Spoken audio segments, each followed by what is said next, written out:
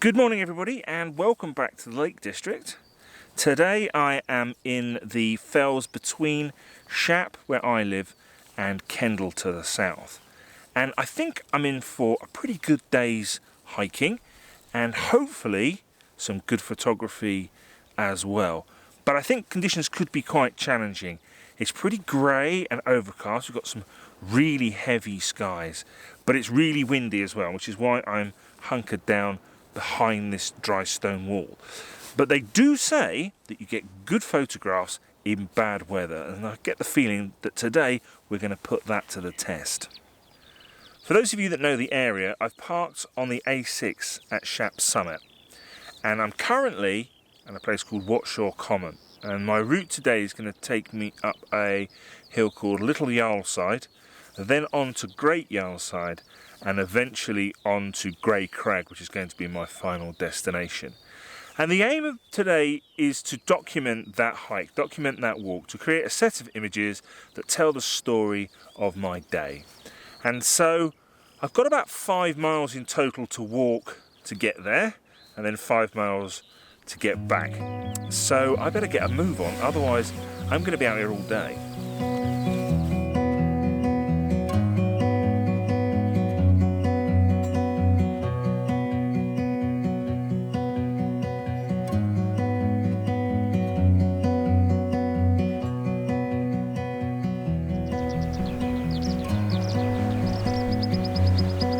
When I come out on days like this, my photography definitely takes a back seat to my hiking and my walking. It's much more about enjoying being out in the fells, and my photography comes second. Very different from my normal approach where I'm going out specifically to take photographs. I go into the Lake District and I'm generally going to well-known locations, locations that I've scouted out, compositions that I know, and it's all about getting an image. And this is very different. And I do think that the images that come from this approach to photography individually don't stack up against my normal photographs. But I also think that when you combine them together to tell a story, they're a lot more effective. And it's definitely a case that the whole is greater than the sum of the individual parts. Now, although these mornings are very much about the hiking and really documenting my day out, sometimes the photography can have an impact on the route that I take, as I shall now demonstrate. I think one of the things that I like most about this approach to photography is its unpredictable nature.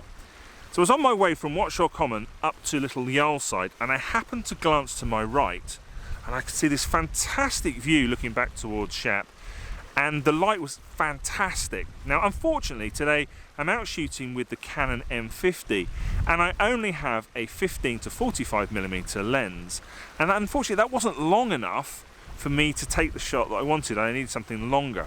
So I found myself leaving the path and heading off in the direction trying to get a tighter shot. And the further I got away from the path, the more I could see of this tree behind me. So I made the decision that I wanted to include that in the frame as well. So I ended up getting further and further away from the path. And I think the point is that you might start off with a plan, but ultimately it's the photography that will decide how closely you end up sticking to it.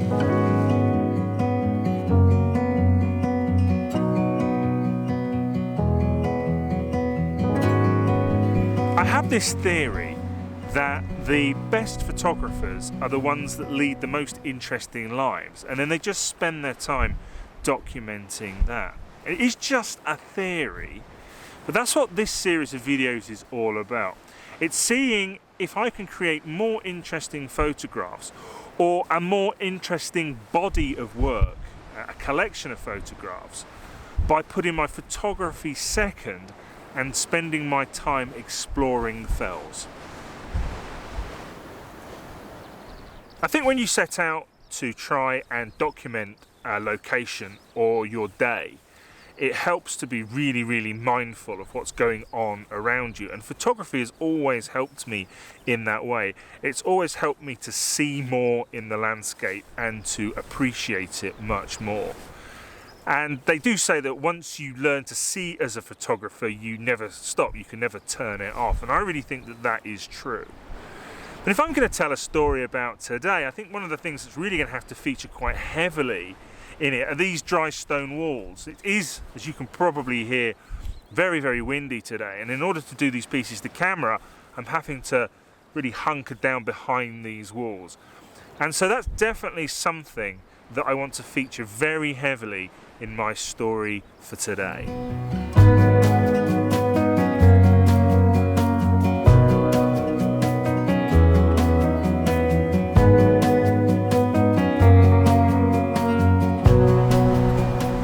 This is the summit of Great Yarlside, and as you can probably hear, as I climb higher and higher, the wind is getting stronger and stronger. And there isn't actually a great deal to photograph up here.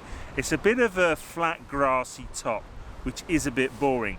But there is one of those bird baths, a bit like the one that we saw in the last video that I put out at Brands Tree. Now, speaking of Brands Tree, I did say earlier that I don't think that the images that I get when I'm out shooting in this way stack up to the images that I get when I'm out shooting normally. But I don't think that's necessarily 100% true. Now, when I was out last week, conditions were very flat and I took quite a lot of shots, and most of them are just okay. But I did get this one that I really like. I really love the way that the style grabs your attention, and then the fence leads the eye off into the distance over the brow of the hill. And I feel that it really draws me in, and I want to know what's on the other side of that brow. So yeah, every now and then you do still get a good one. Now, I'm going to continue on my walk in a minute, but the thing that's really concerning me is, as I've said, I've been using this wall to shelter from the wind as I've been going. And the wall runs out in a minute, and I've just got a fence. So I don't know whether I'm going to be able to film any more. So perhaps this is going to be a really good test of my storytelling abilities. Can I now take some photos and put together a little montage that tells the story of this section of my walk?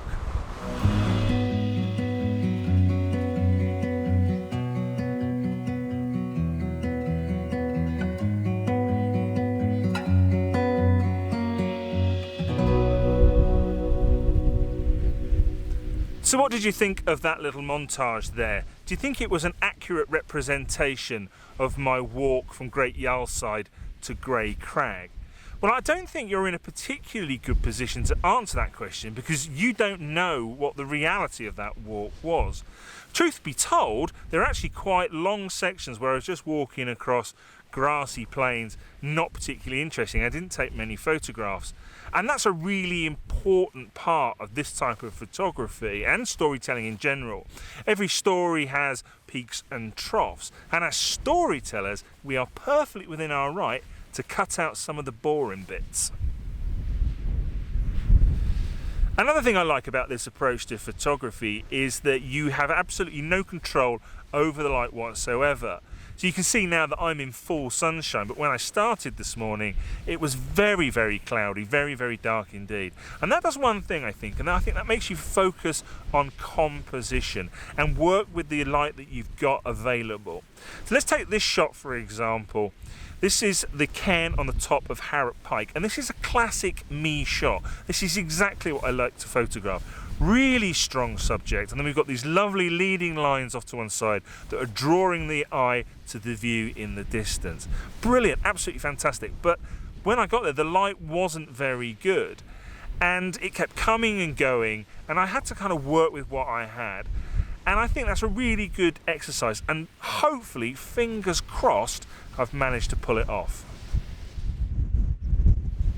The same thing happened when I got to the summit of Grey Crag. I wanted to take a shot with the summit cairn in the foreground and the valley below in the background. But unfortunately, the light isn't very good at all. And I'm wondering if I can't use that in my story. See, my story is all about my hike to this point. It isn't so much about the destination. And I wonder if I can emphasize that point by omitting the final shot of Grey Crag. I don't really know what I'm going to do with the images that I get while I'm out walking. I definitely want to create a series of photo essays that share my experiences of hiking in the Far Eastern Fells, but beyond that, I'm just not sure. But one thing is for certain, and that's that shooting in this way is making me a lot more prolific.